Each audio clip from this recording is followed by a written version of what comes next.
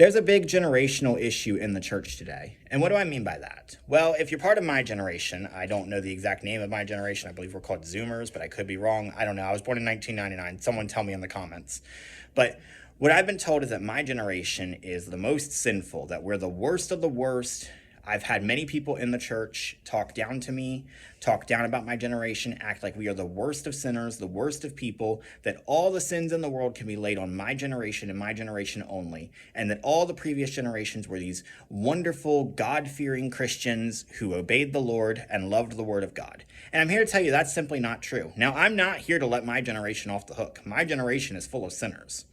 We're all full of sinners. Every generation, because guess what? We're all sinners.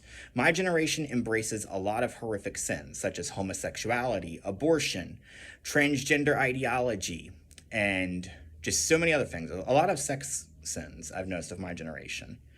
But that doesn't mean my generation is somehow more evil than any of the previous generations. Every generation has had its own form of sin, its own chief sins that it has struggled with.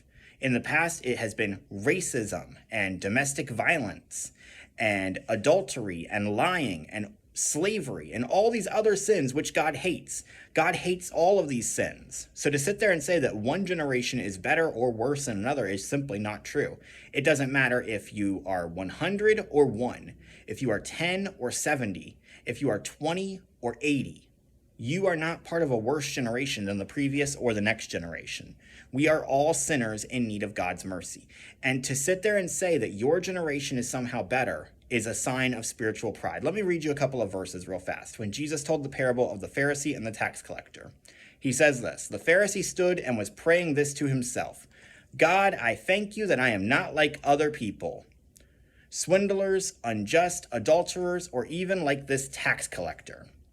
Notice that the Pharisees' first instinct was to point fingers at other people and say, well, at least I'm better than them.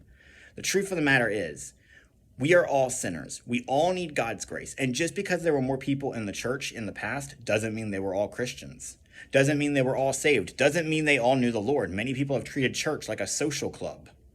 So, no, your generation is not better or worse than my generation, and we need to stop this way of thinking so that we can reach out to people of all ages and bring them into the church of God.